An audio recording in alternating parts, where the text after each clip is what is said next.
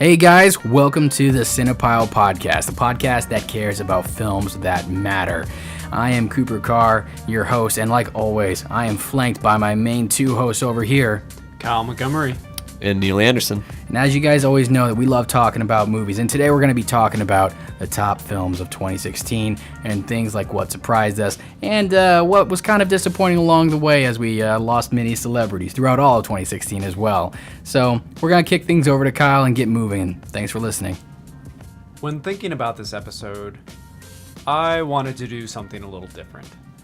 I think in the next couple months, you're going to hear a lot about what the best films of 2016 were, and it's always this kind of rat race to really rank films that in many ways are completely different. It's super difficult. The Academy is a bit of a controversial thing. I know there are plenty of filmmakers who have doubts about that kind of system where you're really like ranking art. I mean, legitimate doubts, but I'm sure. But luckily there's the bastion of Cinephile fighting against the dying of the light. So instead of ranking the best films and putting them in order and having them compete, we kind of wanted to talk about our personal experiences. So we picked a category called Surprising Upsets. Films that we did not expect to be as good as they were. Yeah, which 2016 had a lot of, but I think we got the most surprising, or the ones that we found to be the most surprising. Yeah, so right off the bat, we have Swiss Army Man. Loved Swiss Army Man. Oh, dude. They're just, like, Swiss Army Man, I mean, you walk into it, and we're going to assume that a year's gone by, so we're going to do some spoilers here, but not heavy spoilers, kind of like some spice. You're looking at me like I've seen the film. I'm the only one here at the table who hasn't Well, then I don't seen want to spoil it for you. So, It's fine. Swiss Army Man had this tone of indie and weird. It was like, you know, the front main poster is fucking Daniel Radcliffe riding. Well, no, not Daniel Radcliffe riding. Paul Dano. Paul Dano riding Daniel Radcliffe's dead body as a jet ski.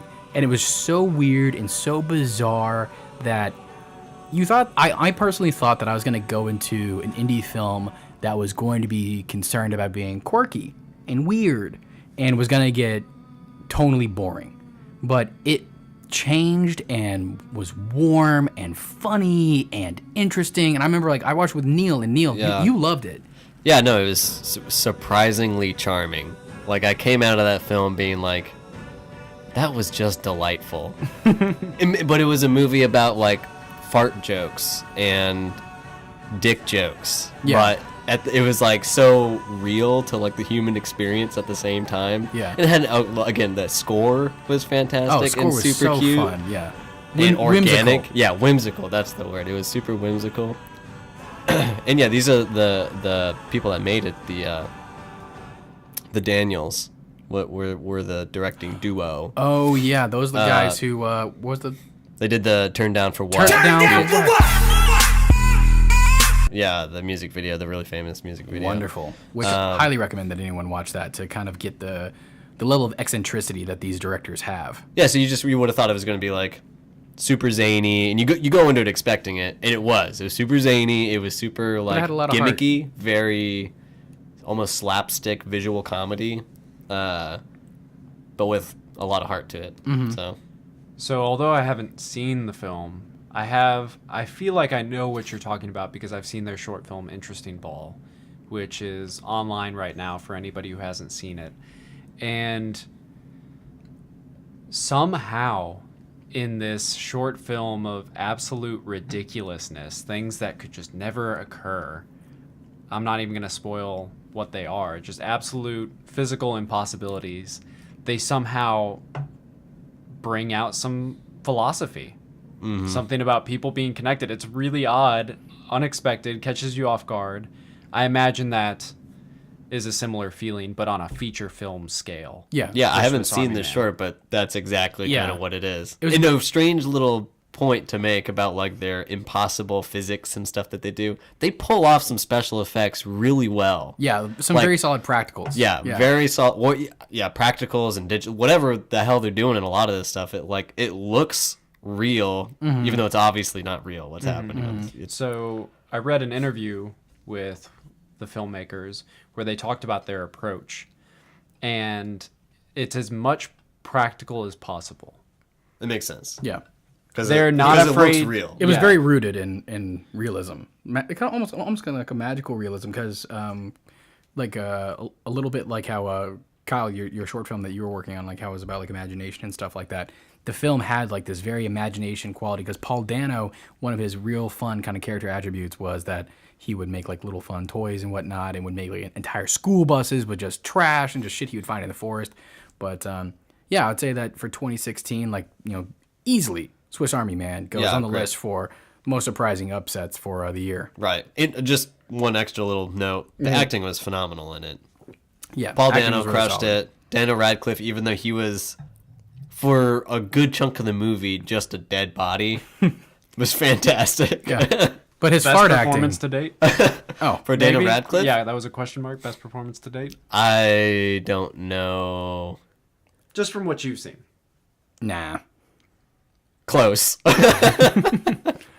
But what else do we have on the list as far as surprise upsets? The second surprise upset is Shane Black's The Nice Guys. I really like The Nice Guys. I went into it thinking it was going to be a corny popcorn. Buddy cop. Yeah, buddy cop. I mean, it was a buddy cop film, but thought I it was was gonna be a expecting like cop-out. a cop out.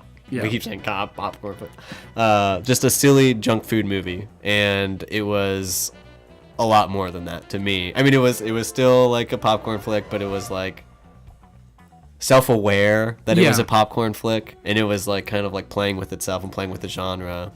Yeah, I think the Wittily, humor was at a different level of respectable than I expected. Mm-hmm. The humor at times, there's one scene in particular that I won't spoil. The humor at times legitimately surprised me. And Yeah. I think that's what caught me off guard. So I think that one thing that we definitely saw was when Ryan Gosling, I'm not sure if this is your part that you're going to spoil, so I hope it's not. It probably is. When he breaks his arm. Okay, good. That's not the part. Okay, That's in the trailer, Yeah. so that's Okay, so that's in the trailer. Like, because I think what made this film so fun is like Ryan Gosling didn't take himself so seriously. Russell Crowe didn't take himself so seriously. Like there was this kind of like fun camp. Like it seemed like the actors were having fun with the movie. There was this great like just kind of like 70s like beat to everything because obviously it takes place in the 70s. And ultimately it was funny, it had good throwbacks, it had good timing, it consistently stayed within the pocket. It didn't try to be anything that it wasn't. It was tonally consistent. And Is that a football reference? no. Oh, yeah. He stayed in the pocket. He had the timer in his head. He knew the routes, and he knew that you always fucking throw to Cobb because Cobb's got mad hands, and that's what it's about. That was a Packers reference. Oh, that for was a anyone. Packers reference. Run the table, yo. Yeah, both actors are excellent. They show some comedic timing. Mm-hmm. Ryan Gosling this year, killing it. Right. Oh, well, man. you were making Gosling an was interesting everywhere. point earlier, like a couple days ago, that like Ryan Gosling is almost our modern like lead man. Yeah, I think so. I think he's our Brad Pitt. Oh, not our Brad Pitt. Sorry, our like Tom Cruise as far as like as far as star power goes. Well, it's almost like he isn't going for that kind of star power. I can't think of just like an action blockbuster that he's really headlined. Well, star power in terms But of like I'm if he's talking in it, more you'll see about it. like the classic leading man, where now he's in a musical and he shows that he can sing and dance. He's in a comedy and he's got this great comedic timing. It's like a Cary Grant. He's something. he's gonna be in the next what I think is going to be the better Blade Runner Yes. coming up. Was it The Big Short? He was in it too. Yeah. And he was great in that. Was that 2016? No, that was 2015. Yeah, that was Yeah, the last because it was Academy nominated. Awards. Yeah. Oh, okay. last Yeah, year. Big Short. He was really great. Unless in. it came out like in And January then or something. what was that other film that he was with Emma Stone? It was really sweet, like little rom com. I don't know. He's done every single genre, and he's crushed it. Wait, he was in another movie with Emma Stone? Wait, Yeah, which? yeah, he was in, and it involved dancing and everything like that. Like I honestly No, it was think like Steve they saw. Carell and it was the rom com. That's what you're talking Yeah, about. yeah, that's the one. Yeah, it was quite delightful. Yeah, No, I don't think I saw there's it. fun dancing and everything like that. I don't even honestly know feel what like movie we're talking someone about. saw the chemistry between both Emma Stone and Ryan Gosling was like, boom, We need La that. La Land. It needs to happen because I love seeing those two on screen. They have this weird kind of magic. Towards, I think what it is they're both approachable people who are also like beautiful starlets who are also awesome actors. Like Emma Stone, you feel like you could talk to her in real person and she wouldn't fuck off. Same thing with Ryan Gosling. I don't know. Yeah. Dynamos of our industry. Nice guys. Definitely recommend it. The third film. Let's get controversial. Yeah. Ooh, this one is the most controversial. Yeah, which it really should not be the most controversial. The film is Batman versus Superman. We're under attack. We're under attack.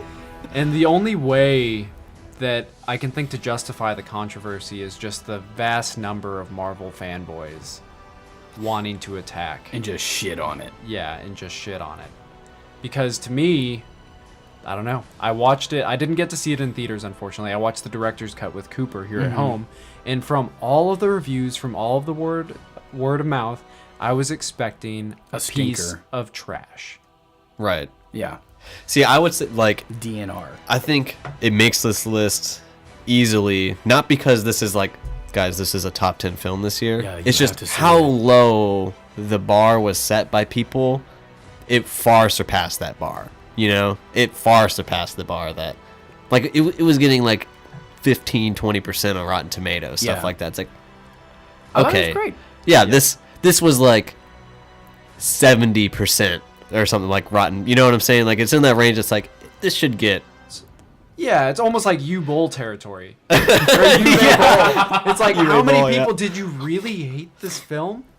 Like, I did not get the vitriol. Yeah. I did not get the hate. When I sat down to watch it, it was easily my favorite comic book film of the year. Yeah. Even had a great score alongside with it too. Great score, fun actors. I keep on talking about tone. I don't know why, but I thought it was tonally consistent. It didn't try to be a Marvel film. No, it was obviously. It stayed like everything where it was. I mean, there were some kind of stupid things like, oh hey, why does Clark Kent not know who Bruce Wayne is if he's a top tier journalist? I mean, stupid things like that. And like, I felt Wonder Woman was kind of in there, but they're trying to like get their franchise in with the plug. But the actress that played Wonder Woman wasn't too bad, and they implemented her fine. But in defense of something like that, I feel like this was a film. It went darker, but it also acknowledged to me that it was from a comic book. Yeah, Right. And I was okay no, with definitely. that. I didn't want it to be something that was super realistic. Like, that's not why I'm watching the superhero film. And I'm a huge Batman Which fan. Marvel movies aren't that either, but Yeah. Marvel's movies didn't get the treatment that Batman vs Superman got. Okay. And then before we start like sounding like we're just dick riding on Batman versus Superman, what didn't we like about the film? Me did not think that Jesse Eisenberg being Lex Luthor was a wise cast. Well, I think the biggest thing is that it was just too epic. Almost the whole movie, it was just trying to be epic the entire time. It was about gods. Yeah, right. So you could be like, well, I mean, maybe it was just a little cliche, not cliche, but just I don't know, like too Yeah, well, I heard one big stylized was a complaint. big complaint. Like I loved that it's stylized. Oh, sure. I wanted to see it pop out of the screen like a comic book frame. I love that they pulled from Frank Miller's The Dark Knight Returns. And one of the big complaints about it being too epic was that there was a friend of mine saying, you can't bring out Doomsday in this film. You can't bring out etc. Like, they went too big too fast. You got to save it for later films. But that sounds like a business executive to me. you're right. I don't want to sit down and watch a film because it's going to be a franchise. I want to see the next film in the franchise because I enjoyed that film. Yeah, and I think they did a good job as far as like villains. It's a good point, Because yeah. how many stupid movies of Superman, there's like, oh, who's he gonna fight this time? Is it gonna be Lex Luthor? And it always is, and it always has been. But at least this time they paid homage to the tradition of Lex Luthor being the problem, but then they advanced the villain and essentially created Doomsday, which was really nice. Where it's like, he was more like the catalyst for the real villain in a lot of ways, or for the real problem. Right. And I feel like it kind of removed Lex Luthor as the main like onus of the villain type, which was really nice. Yeah, well, at least took the action focus off him because Luthor isn't an action villain. Mm-hmm. But for a lot of the film, the conflict is between two heroes, and then also between our government and Superman. Right. Which I think, hands down, the moment that won me over for the film was an almost entirely wordless sequence in Congress when they bring in Superman for the hearing. Yeah. And I was absolutely blown away by the visual storytelling. It's only visual, really. Storytelling happening during that sequence. I thought it was, almost breathtaking, that sequence in particular. Not the film as a whole, but that, for sure. Yeah. So Batman versus Superman, surprising and really good. We're passionate about it. Well, it just sucks to see something that's shit on so badly and just be like, no, it actually was. It's a good little gem as far as fun action like films go. Is it one of our top tier films that we talk about? Absolutely not. But as far as the floor that was set for it is completely unfair. It was really unfair. Yeah. Yeah, people spat on it just to spit on it. Well, it was just like a hive mind kind of thing. I think kind of happened, where it's just like, well, we know what a good superhero movie is. We've been seeing them for a while with Marvel. Yeah, they're Marvel ones. This wasn't that. They tried to do something different, and it was just conceited, and it was like, I don't know, like, it was too high and mighty, too self-important. Right, exactly. That was kind of the. Yeah, and I don't know. I just liked it. I can't help it. So what's next on the list? Well, let's kind of review the surprise upsets in case anyone has some memory issues out there. So that was Swiss Army Man, Nice Guys, and Batman v Superman. Cinepile approved as a surprise upsets for 2016. Boom. That was a stamp of approval. Get a notary. Get him in here now. All right, guys, so next on our list is what was disappointing for 2016. The real stinker. The one that we thought was going to be the saving grace. The one that we were excited about and we're so betrayed in that dark room with that silver screen. Kyle, what was that movie? What hurt us? You were really building this up really big. Oh, it should be. It was built up really big for me. Dude, Which we only have one on our list right here because it's so apparent to us. It was the only film that I was noticeably excited for and absolutely 100% let down. It broke our fucking hearts. Well, we went to we went to the Look Theater. We got that Dolby Atmos. Like we need. Middle seats. Yeah, we need to the be best immersed. seats. Yeah. We want the best audio. We need it. This is going to be a life experience we're having right now. We were ready. This was the setup. Yeah, we were disenfranchising this movie. We put it in best opportunity to succeed, and it just I can't talk about it. Our expectations were very high, and for good reason. The film is Hacksaw Ridge. Mel Gibson's return to the directing chair. Let's talk about Mel Gibson. First off, the guy, honestly, when it does come to a director, he's done a good job. And Apocalypto was phenomenal.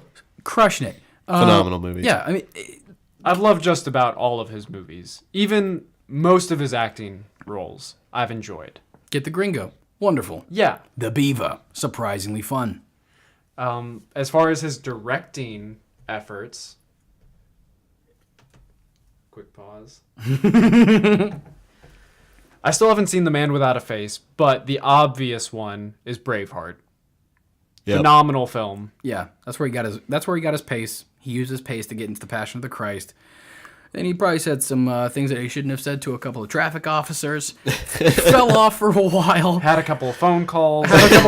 Said some things about the African American community, and The Beaver was kind of him getting back on board when he got some more momentum. Well, so that was a Jodie Foster film. Yeah, she brought him back because I think Jodie Foster was there for her. Mel Gibson was there for Jodie Foster, in a lot apparently low times for her. Very similar to Mel Gibson and Robert Downey Jr. Yeah, Robert Downey Jr. Yeah, Robert Downey Jr. Same kind of relationship in that they've just picked each other up, and she's like, "Hey man, I owe you one." Did that solid. And not even just because she owed him, but I still haven't seen The Beaver, but I'm sure he fit the role. Yeah, and he's a talented actor. Yeah, no, I think I've seen the Beavers. For anyone out there, The Beaver is an excellent film for when you're really sick. It's like NBA for some reason. I like watching the NBA as well when I'm sick. I could have used that, dude. It was great. Yeah, I'm sorry. Hey, you still could use it. You're still sniffling like a motherfucker over there, dog. But so Hacksaw Ridge. I'm stuffy. What did you guys think it was gonna be? Well, here's the Pacific Theater. One of the most brutal theaters of war that I could ever imagine. Hands down. yeah. Neil, you know the brutality of it. Neil's like, I was there. Johnny. I was there. No, yeah, I mean, I think we could all agree we were expecting, like I was saying, we set this movie up to have a life experience, like a moment where we, like, understood. It's like a visceral experience of, like, this is what happened. This is an incredible story, and this is how it happened. It was so hyped up that they're like, people left the theaters due to the level of violence. The level of war that occurred was so real that people just couldn't handle it. They lost their fucking minds. And it was the most vanilla movie Yeah, I mean, that, as far as like depiction of violence, like no one got their torso cut off or you didn't- something like that. well, No you one was didn't want halved. you didn't want Well, the they did violence. have that Well, they several had times. they had plenty of violence, but it wasn't about the violence or the gore. It was about experience, like feeling that it was real. You know, feeling that you cared about these people and that this was horror. You know, this was like It was hell on earth. it was hell on earth. Right. Right. And that wasn't the impression. It wasn't the style. Right. It They was- chose a different style for It sure. is very different than Mel Gibson's depiction of violence in any of his other films. Right. Yeah, completely. Well, and if I can kind of like sort of thing, we've talked before about the industry of Christian exploitation films a little bit. And, you know, one of the famous things that Andrew Garfield's character says, I forget the guy's name, but Andrew Garfield's character says, is he's very religious. And that's what makes him a pacifist in the film. You know, it was this really great built up thing towards like the character, the real guy who did it, was, you know, the pacifist in the war. We try to label him a treasonous, you know, kind of guy. And no matter what, he still performed this miracle on the battlefield. And I think it kind of got co-opted into that, like, that shitty Christian film kind of world a little bit. It felt like a Hallmark movie. Yeah, it felt like a Hallmark movie. Like, it felt like it If was like the it wa- Hallmark Channel opted to make a gory war movie, this is what it would. Yeah, it look was. like. It wasn't about the war and those who revolved and existed within it. It was about the miracle of this man and the miracle that was accomplished Right. through God. And so, like, because of that, it really kind of It was made it have a tone. I gotta push back a little bit. 'Cause Okay, it's push not back, push through back. God. It's through his faith. There's no actual miracles that occur in the film. It's just a guy who was able to push himself. You're to not the looking limit. hard enough, then, brother, because he's all around us, my friend. A miracle right now happening with this microphone. I don't know what's going on. That's Christ right in there. But no, you didn't bring up a good point. There isn't like it is just based off of faith. Like it isn't very like God heavy kind of thing. Well, it's but- Well, it's still God religious heavy, but when heavy, you but say it's that not, he it's did- not like God brought, you know, like No, a it's light still- shined his way to give him, you know, Right. his path or anything like that. No. It was just, Yeah, and even like the guy is a beast. Like straight. I mean, the story is amazing. Yeah, you know, it's the an real incredible life aspect story. is deserved much better. yeah, it Right. yeah. And I think the story, and I'm not saying the story written by Mel Gibson in the movie, I'm just saying the actual real life story, I think carried the film. Yeah. It is what carried people to really like it and people applaud. If, you know, the stories about people applauding at the end or something like that, it's because the story is incredible. Well, It's you know, not, the last film that we it's watched not the that people movie, applauded you was know. Hillary's America. So well, yeah. I mean, I saw people applaud La La Land, Star Wars, Hillary's America. There were plenty of applauses this year. 2016 was an interesting time. But people applauding at Cannes, which I think was the big story that got released about this film, and part of what got me so excited, because it was supposed to be like Mel Gibson's return. It's supposed to be visceral. It's supposed to make you feel something. Right. And for some reason, for the first time in his directing career, he turned it into, like you're saying, a Hallmark film. Yeah. Yeah, well, It was very polished, incredibly Yes. polished. The battlefield, which is really like the second It looked like a half of studio. the movie, or this, yeah, it's about half the film is like Mm-hmm. the battlefield. It was all like, it looked like a set. Yeah, It looked like, it was like, the movie was made as if it was like a stage play, almost in a way. Not too two-dimensional, but everything looked like it was on a stage. Yeah, Like, and- it just looked... and then the light It, was nothing too was perfect. organic. Yeah, the light was too I think perfect, the and lighting had a also huge to- part of it. well, to place things into context, I think, Like, so that we're not too hard on it kind of thing. I think what it was is we have seen an excellent depiction of the Pacific theater, and that was in the Pacific. Right. No. To where it showed the true brutality of it, and I think we expected that level. I mean, not 100%. It's just a different style. It was a completely different style. Because the Pacific theater was known for its level of violence, and yeah, like I think one kind of take was particular and really showed the tone of where the film was going towards, like that American exceptionalism, that hero, impossibility, that mysticism that exists within war. Our good old boys, was when the one guy took his assault rifle that should, the bar. That should be handled on a bipod or something like that because it has so much kick, and then takes like a Japanese soldier's like top half of his body and used it as a shield, and then cleared the field and was like, while everybody running. Oh yeah, I was like, on me While just decimating like 6 or 7 like Japanese soldiers. Yeah, and who were just like standing out in the open, just like shoot. It was very one-sided. Yeah, it was a very one-sided movie of just Americans killing a bunch of Japanese. Another thing I did not expect, especially since there's even at one point the hero of the film. Okay, so to backtrack a little bit, there's a separation between the point of view of the character and his beliefs and the film's. Because what you're talking about is, yes, the film was incredibly one-sided. Yep. It's one of the same problems I have with Black Hawk Down, where they're treating the enemy like zombies almost. They're just getting mowed down. They're not people. They're not giving characterization, really. But the protagonist, the hero of the story, saves enemy soldiers. He brings down a wounded Japanese soldier at one point. And part of his faith Well, I think that's like even adding to the American exceptionalism, where it's like, well, these just barbarians would never do that, but we would do that. Well, it's not... You could play it that way, but to that person, to the point of view of the character. So what you're talking about is the perspective of the film. And I think you're agreeing with me in a way, because the perspective of the character wasn't an American one. Right, yeah. It was a life is valuable perspective. Yep. Yeah.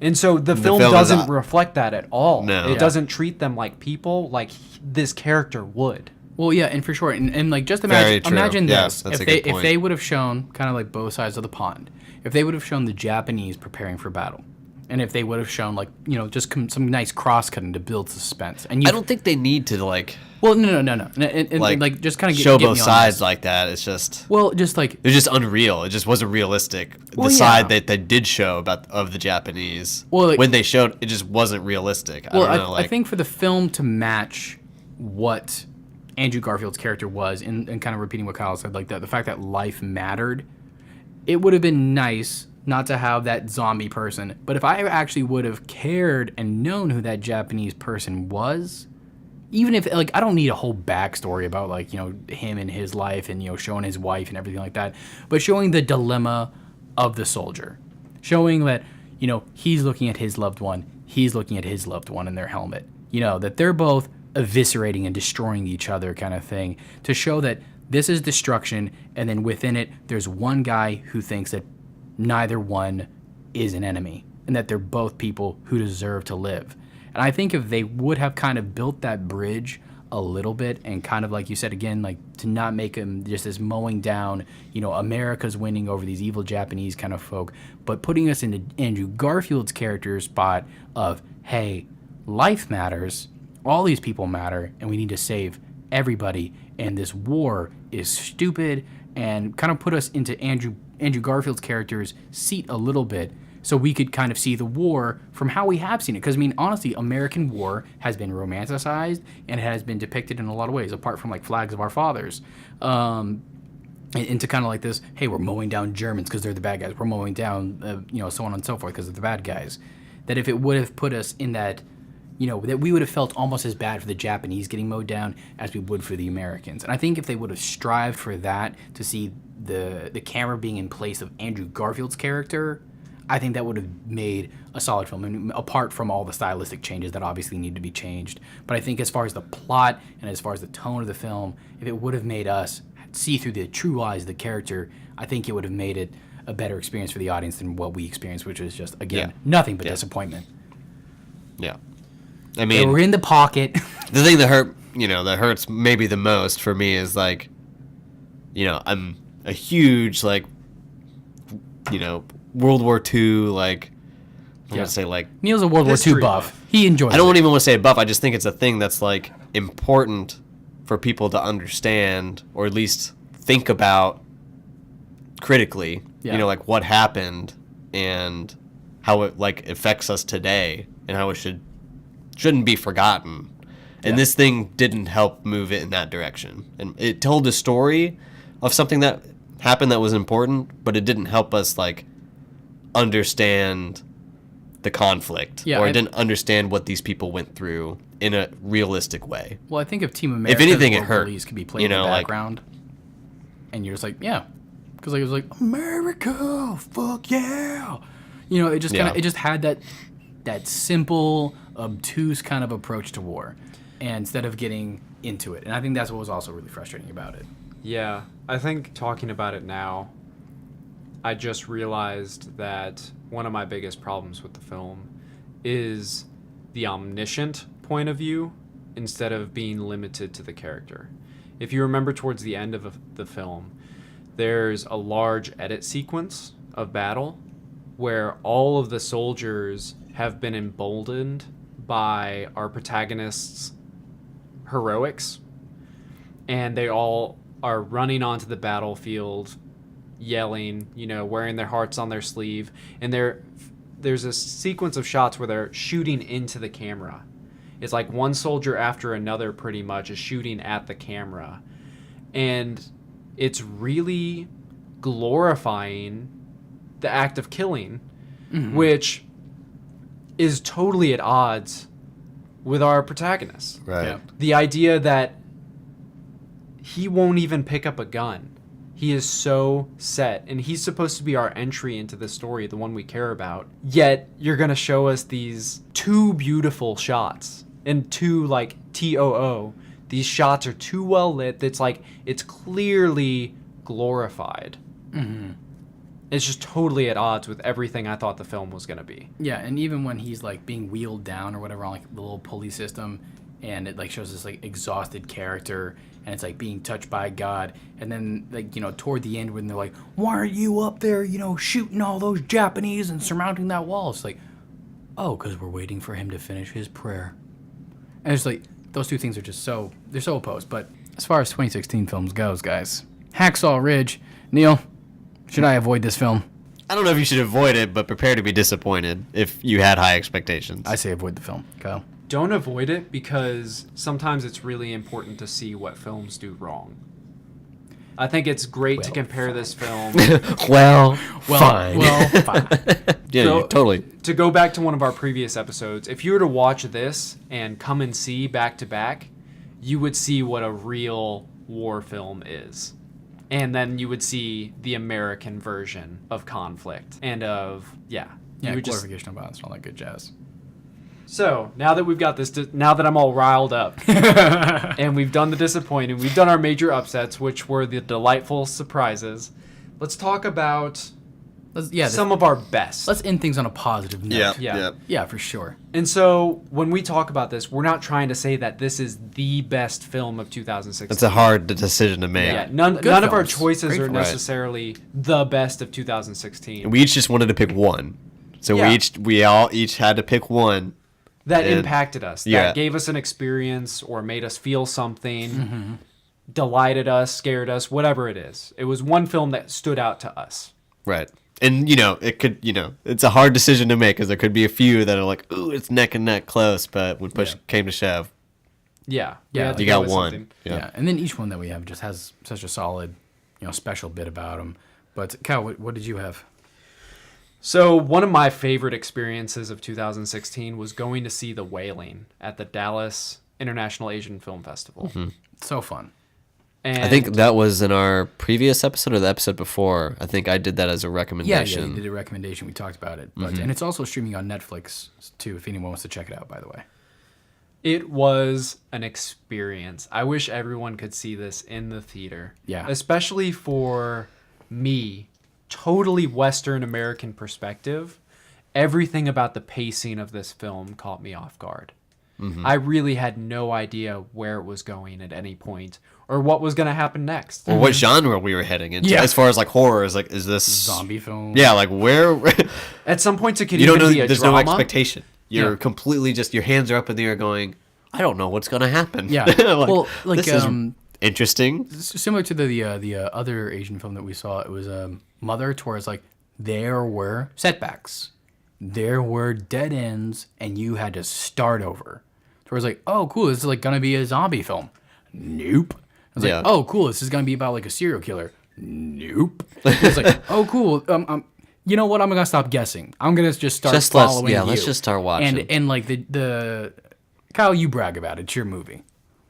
It's all of our movie. It's all of our movie. I hope it's It's your the movie. Yeah, world's. we all It's saw the together. world's movie. Yeah. And hopefully, listener, it'll one day be your movie. On the front cover of it, it says masterful. And it is. Like, what was it? It was almost 3 hours. And I hate to sound like as far as like just typical, as far as analysis goes, but I was honestly and legitimately at the edge of my seat. Like I was always wanting to know where this film was gonna go. It was so refreshing that I was so intrigued by it. It was nothing but intriguing, and I think that just defines it very well. How would you? Yeah, there's very uncomfortable moments. Mm-hmm. There's actually like literal, there's like especially this one sequence in particular that is physically uncomfortable, especially if you watch it in a theater. Mm-hmm. Seeing it in a theater where you can't control your surrounding, you can't control. You like, can't control the volume. Yeah, the volume. Well, You can't yeah, control these things. volume is a big part of it, but. Yeah. And so something that caught me off guard in the beginning. So you have these moments that are legitimately physically uncomfortable. There's great tension throughout the film. But just like with some of the other South Korean films we watched this year, it has a weird sense of humor Yeah. that comes in, especially in the beginning of the film. It's just, at every point I was caught off guard. And I think that's so impressive. I haven't been that surprised in a while. We talked about our surprising upsets. When we talk about things like The Nice Guys, it's not like I'm legitimately surprised by the turns that film took. Like it was Just something I had surprisingly never good. seen before. But I feel like The Wailing was one film that I can say, like, I hadn't really seen anything like that before. Yeah, it left it its plays with options you. open until the very end when it needs to make the decision of where it's going. You know, like you're still like, and it's just constantly doing that where it's like, okay, you got to make a choice now. It still hasn't. Oh my god, I don't know yet. And and then if like the climax hits, you're like, holy shit.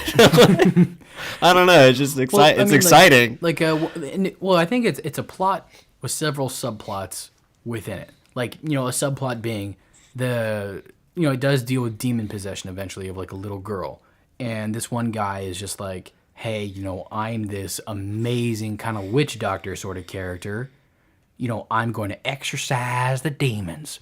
And you're not sure if he's a con man, if he's BSing this guy, or if he's 100% legitimate, and you don't know where he's coming from. And his character, it evolves and it changes, no matter, and even though he's minor, even though he's really minor. Same thing with the cops, same thing with like the little girl, same thing with everything else, to where it just hits and plays with the audience. It's just, masterful. It's masterful.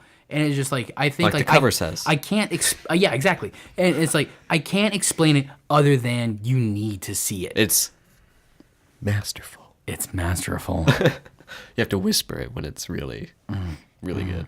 You have to enjoy it with a nice Bordeaux and a good cigar. Good choice, Kyle. Good choice. Yeah. What'd you have, Cooper? Yeah, so Nocturnal Animals is what the film is, and it's just, it's the main characters are Amy Adams and Jake Gyllenhaal, and it's this film that essentially starts with Amy Adams receiving this manuscript, or this first draft or final draft really, from Jake Gyllenhaal, her ex-husband, who is sending her a story that you don't really know if this, like, how real this story is, what's the symbolism behind it. And it has this really fun like triptych as far as plots go. You have what's happening in the current time with Amy Adams, her reading the story. Yep. Then you fall into the story itself and you watch the story's narrative. And then at the also same time, you see within Nocturnal Animals, you see Amy Adams and Jake Gyllenhaal's relationship before they were broken up. And so you get to get like context and subtext to the narrative as you read it, and it allows you to interpret and guess it. And just like how we were watching that one critical analysis of Ex Machina, it gives you time to think about stuff. It gives you time to know, okay, so it's what's going on with here?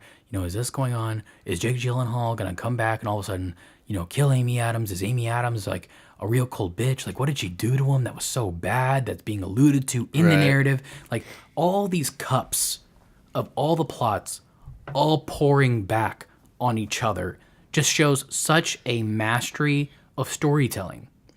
And the storytelling was written by Tom Ford, the same guy who directed it. I mean, if I told you that a guy who is switching from fashion suits to film was not only going to direct amazingly, but also write something so complex and so fun and so delightfully slow burning, you would not expect something to be accomplished by such a guy. And he, on the second fucking try, out of the park. And that is just awesome to see. So this isn't popping your balloon, but it's a pet Don't peeve. you pop my balloon. It's a pet peeve of mine that I like to push back on. He wrote the screenplay. It's from a novel. Yeah, whatever. And so I really don't... I didn't know that. I'm sorry. Oh, damn. And there might even be a written and directed by label at the end. I saw it for a film the other day. I can't remember what it was, where it was from a novel, but the director took the written and directed by credit. And to me, it's just, you didn't That is kind write of it. You wrote the screenplay. Where'd this story come from? Did you write this story, or did you adapt it? Right. Well, I remember one time I saw... Screenplay was I forgot great what still, film regardless. it was, but it was like Story Idea by Luc Besson. And I was just like, that's a credit? But honestly, I think giving credit where credit is due. Because me, as a film goer, I just saw that it was written and directed by Tom Ford in the credits. Did it actually say written and directed? Yeah, it said written and directed by Tom Ford, and that's what all the media hype was all about and everything. But it's a really good movie, dude. And it's also the intro. The intro is so weird. The opening credits, Yeah. you were not reading any of those names. I didn't read a single name. I didn't read a single name either. Yeah, it's distracting. And I won't tell anybody what that intro involves. You'll have to see it. You will have to see it. Yeah, when we were talking about it, I think coming out of the movie theater, it's like the best way for me to describe it is it's the gateway movie to art films. Or it could be a gateway movie for art I can films. see that. Where yeah. it's just like if you guys play board games, it's like Settlers of Catan is the gateway board game to modern serious board games where you get past Monopoly and you get past Sorry and stuff like that. Mm-hmm. Right? Everyone has played Settlers of Catan or that's usually one of their first games they ever played that then they go and buy out other board games.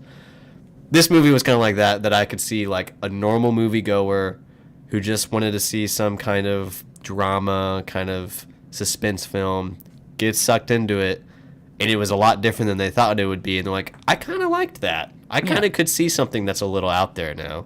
And then, without even thinking about it or expecting it, they start thinking about the symbols of the film. Mm-hmm. What does it mean to be unhappy? What does this wealth and fashion symbolize? What is a marriage? All these different things. And then how is the story representative of the author of the story? And their relationship they had and what is which characters in the story represent who? Yeah, it brings up a lot of questions, and you can really, for what was advertised as a thriller, thankfully I saw the advertisements after I saw the film. What was advertised as something that seemed very shallow and basically just a thriller, it had so much more subtext to it. Yeah. Well, in Tom Ford, he did an interview on NPR, and he was talking about this weird kind of double standard that he is trying to accomplish as a director. because he comes out of the industry of high fashion. You know, after I saw this film, I looked up a Tom Ford suit. Any guess how much a Tom Ford suit costs? No idea. Starting price? $50,000 Ah. for some cotton. You know, and he's wanting to kind of rally against or rail against the high couture that he got to be a part of. He wants to tell films about the visceral, human, authentic experience away from the vapid and, you know, shallow world of fashion. And he's wanting to completely step away from that. He said that he liked making suits, but he hated who wore them. And he's wanting to tell these authentic stories about humanity, these authentic stories about feeling and the human soul and condition. And he was like, but I can see where everyone thinks that that's a bunch of BS because of the industry I was in. And as far as the human condition and everything like that, I could put myself in the situation for Jake Gyllenhaal and Amy Adams. Like, I understood what it was like to be betrayed. I understood what it was like to be, you know, completely unhappy and apathetic toward my life and to feel like empty. You know, the characters had very understanding, empathetic qualities and everything like that. And I think that's what made, I mean, it was just, see Nocturnal Animals, hands down, one of the best 2016 memorable films. Nocturnal Animals, 2016, knocked it out of the park. We've heard from Kyle, we've heard from me. Neil, you're in the hot seat. I want to know what you thought was the top tier shiz of 2016. Well, like usual, I'm going to do something a little different. Not really, I guess, but I'm doing a documentary, and it was a multiple-part documentary if you actually ended up seeing it on TV. It's really about a 7.5-hour movie, and this was O.J. Made in America, the ESPN documentary about O.J. and his trial. Well, I guess I shouldn't just say his trial. It was about the context of his life, the crime, the trial, and the aftermath. The title contains the film, O.J. Made in America. Yeah. Everything about the story, the trial, the media circus, O.J.'s eventual downfall, all of it's made in America. It's a truly American story on a grand scale. And it's a cultural phenomenon that is so huge. Yeah, I was just kind of not conscious or aware of, like, while it was happening, right? Like, Yeah, I was just on the outside. Yeah, I was a little young. So at the it's all just me getting references and context and seeing things. I know it's like, obviously I know what happened and all that, but you don't really know the story of OJ until you, like, experience or understand, like, the context of what was happening in LA and in the country at the time, and what was happening in his life, and what was happening in the court system there. And what, you know, it's There's a really a lot of context that's missing. Yeah. there is a ton of it's not just as this omniscient, like, hey, these are all the factors that contributed to this, like, you know, overly sensationalized courtroom drama, and within it, you didn't see all this. right. It And wasn't, That's what I liked about it. and I'm not, no pun intended, it wasn't black and white. You know, it wasn't just like there was a lot of gray area in the case and in his life. I mean, there's no gray. He did it. There's no gray area really in that. But as far as, like, Spoilers. yeah, Well, spoilers, as he far did as it, the but- way the prosecution handled the case. Exactly. As far as the judge. As far as the public's feeling about OJ. I had no idea how big a star he was. Oh yeah. Oh yeah, like Juice. Like, I had no idea, like, the whole, like, the run and everything like that, and then giving into more context. Like, I mean, kind of building upon what Neil was saying. Why was OJ said innocent by everyone else? You know, like, and that was the main thing. It was like to better understand the ruling of the court case. It wasn't really because he wasn't just a likable guy. It wasn't just because he was an outstanding football player and a guy who gave back to the community. It was so many factors that you didn't even consider, or the media didn't let you know about. I mean, granted, I made it to, like, what, episode 4 or 5? Yeah. Yeah, I mean, I'm not going to speak Well, about it like I've seen I think everything. it's 5 episodes actually. Okay, so 3. But Here's a really it's not just. It's more complicated than, well, white people thought he was guilty and black people thought he was innocent. It was more complicated than that. Yeah. And while that was that's what it turned out to be for the most part, and it's still like a dividing subject that we could talk about. That I think if you talked to people that were alive in like in their 30s when this was happening, you could probably get some people upset talking about OJ today even. So I was just going to bring this up. I don't know if I shared this when we started watching it, but I was telling my dad about the documentary, and his reaction was totally unexpected. He said, "Well, that sounds terrible. Why would I want to relive that?" Right. For the people who were of age during that time, it was 24/7 coverage. They told my dad in his office where he worked not to talk about it. Not him specifically, but all of the employees, because people were getting too heated. So divisive. It was being talked about near water coolers across America. It was on everybody's minds. It was on every channel all of the time. And that's why, it's such a fascinating case, which we're not even really talking about the movie right now, but just the case in general, that it was kind of the apex of like race relations in LA and the whole country as a whole. Eventually, that's what it became. And it wasn't even about OJ anymore. It was just about bigger things. Yeah, it was about bigger things. And he was able to utilize that. And I don't know, there's this haunting tension for me when I watch it, because it prefaces the case with all of the legitimate grievances that black people in LA have with the police, with the system, with the world they live in. And I get so torn up when OJ becomes the champion for those things. Right. When he becomes something of a symbol for the way black people are treated, or for the criminal justice system and the injustices that it rains down upon the African American community. And that OJ didn't even really want to be black. No, yeah. Yeah. Well, his famous quote, he's like, "I'm not black, I'm OJ," Yeah. I mean, honestly, when you look at the court system now, he got away with it. And when you consider like just how poor like racial relations rather like have gotten towards just like the false incarceration of like African Americans and so on and so forth, towards just like, he's like, I'm gonna get away with this because I'm not black.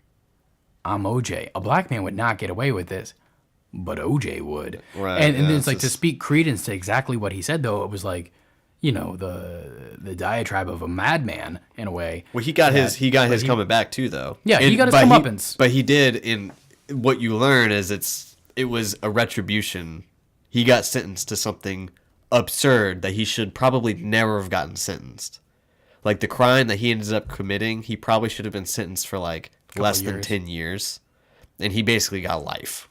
Like, that's basically what happened. It was like the court system saying, like, hey, we made a mistake. We're going to put your monster ass away for as long as we physically can. Kind of. Nice. But I think, I'm trying to remember where the crime was. It wasn't in...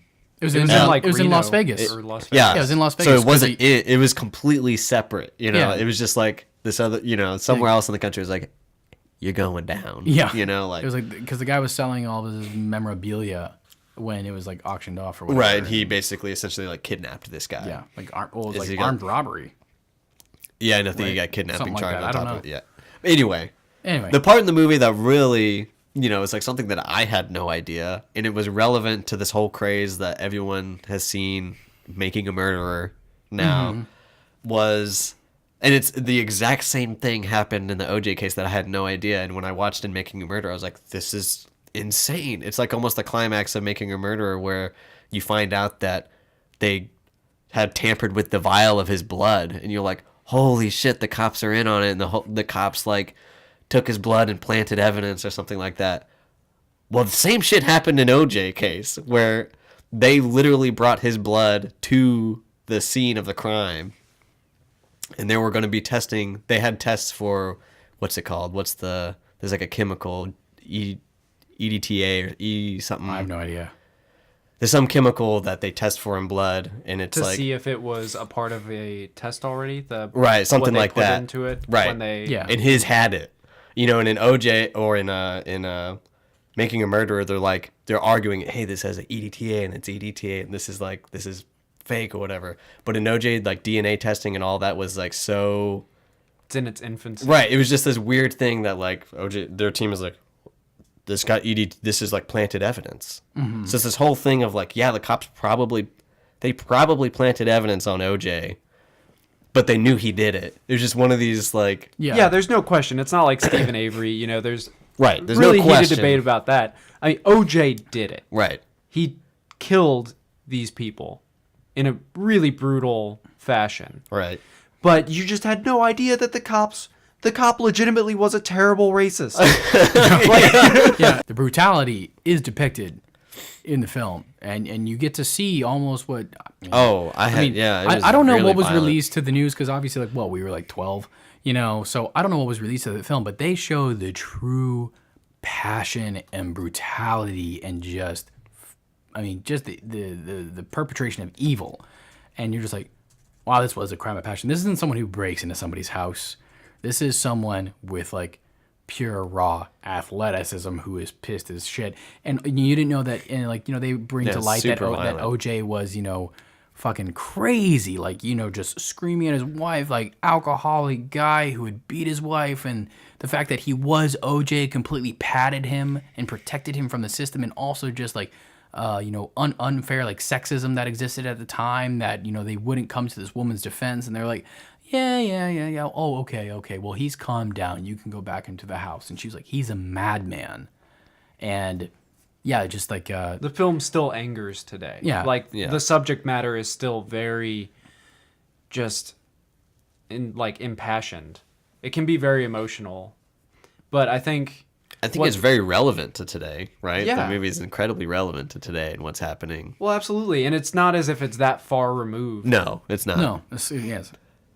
It's not very far removed, and what really sets this doc apart than being just a trial expose is that context we were mentioning. Yeah, it is. It's a 7.5-hour documentary, so you get a lot of context. Yeah, right? It builds it up, and I don't want to. I mean, the context is just essential to the story. Yeah. And I think it was surprising to realize how absolutely essential it was. Yeah. But they, at the same time, because I think if someone's listening to this, okay, I'm gonna commit myself to a 7.5 hour, watch or something like that.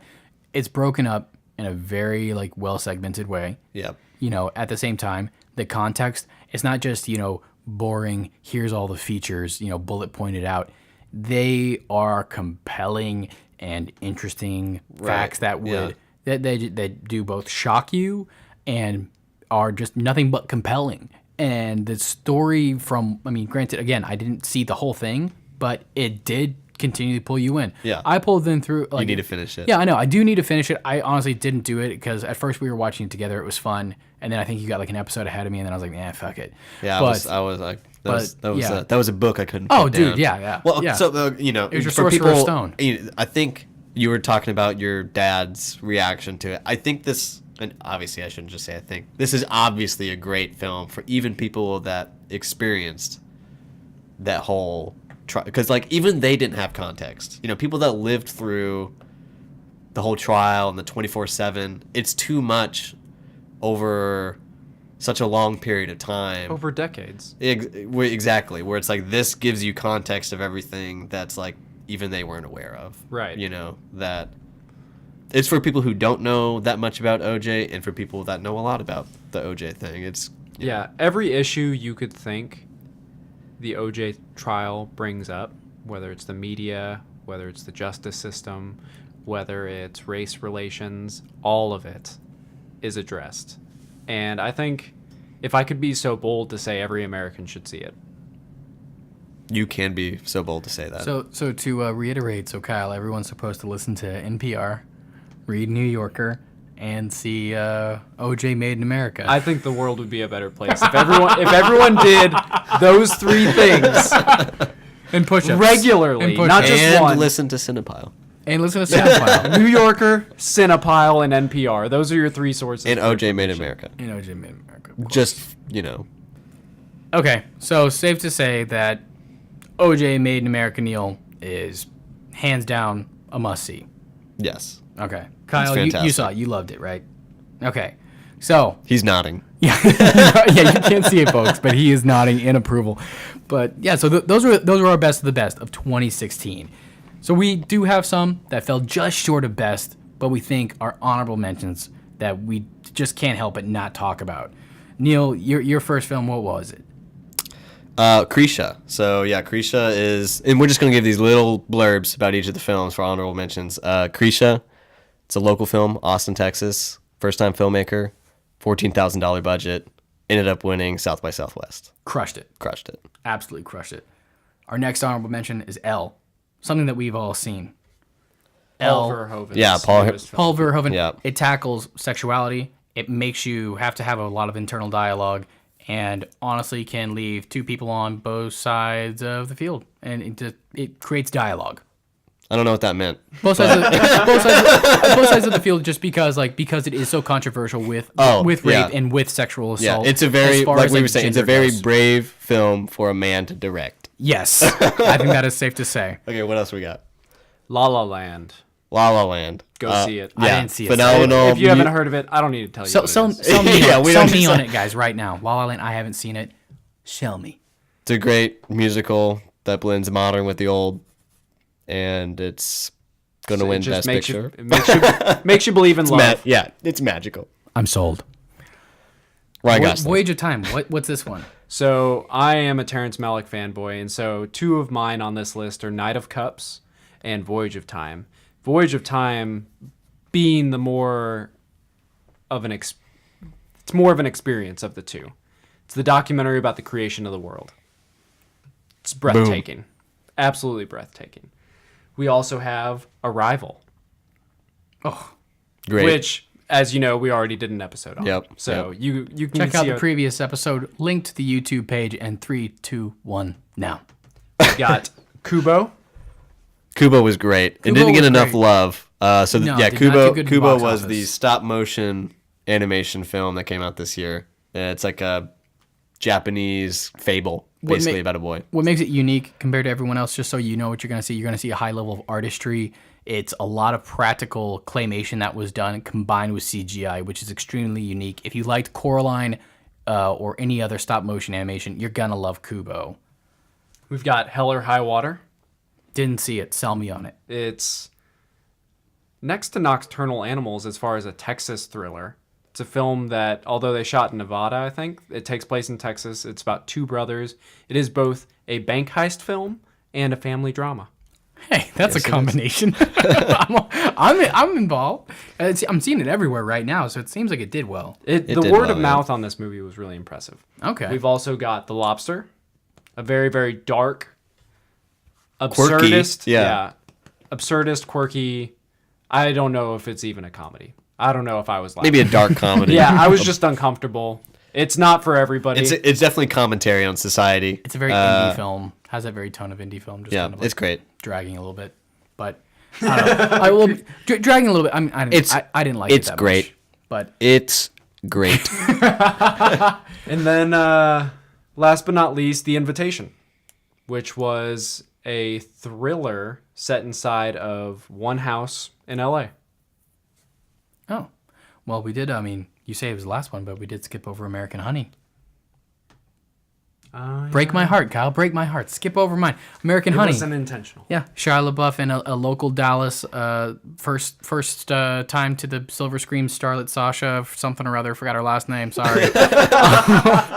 We're being a couple more movies and I'll remember your last name. But great film, wonderful performances. The only word that I could describe to label this film is purely authentic, which is 2 words. So go, you know what? I don't care. So 2 words. It's purely authentic. And if you're It's so good, you don't even know what you Yeah. are saying anymore.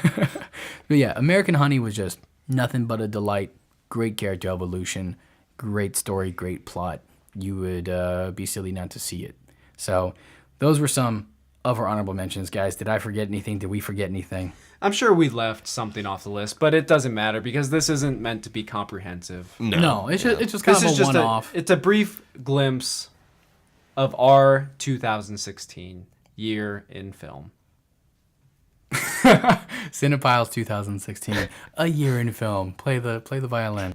Well, it's safe to say, guys, we're coming to a close here. Certainly appreciate you guys making it to all the way to the end of this video. I know Kyle, Neil, and I all really do appreciate it. That's what Cinephile is here for. If you guys can do us Thanks, guys. any favors, make sure if you're listening on iTunes, throw us a comment, throw us a subscription on YouTube, or a like or comment. We really would love to hear from you guys. But I can say that from the bottom of my heart, guys, from 2015, as far as Cinephile goes, we really do appreciate you guys tuning in. 2016, appreciate you guys even tuning in more. And look forward to 2017, because I really want to do a lot of good stuff here with Cinephile. I've loved working with both you and Kyle so much. It's been such a fun adventure. Thanks, man. Oh, you're welcome. And so if you're out there, we want you guys to be a part of the conversation. We really do. So, I've been Cooper Carr here. Neil Anderson. Kyle Montgomery. Thanks for tuning in, guys. Thanks. It's been a great 2016. to 2017. To 2017. Yay. Huzzazoo. And fuck Hacksaw Ridge. Cue the music. Boom.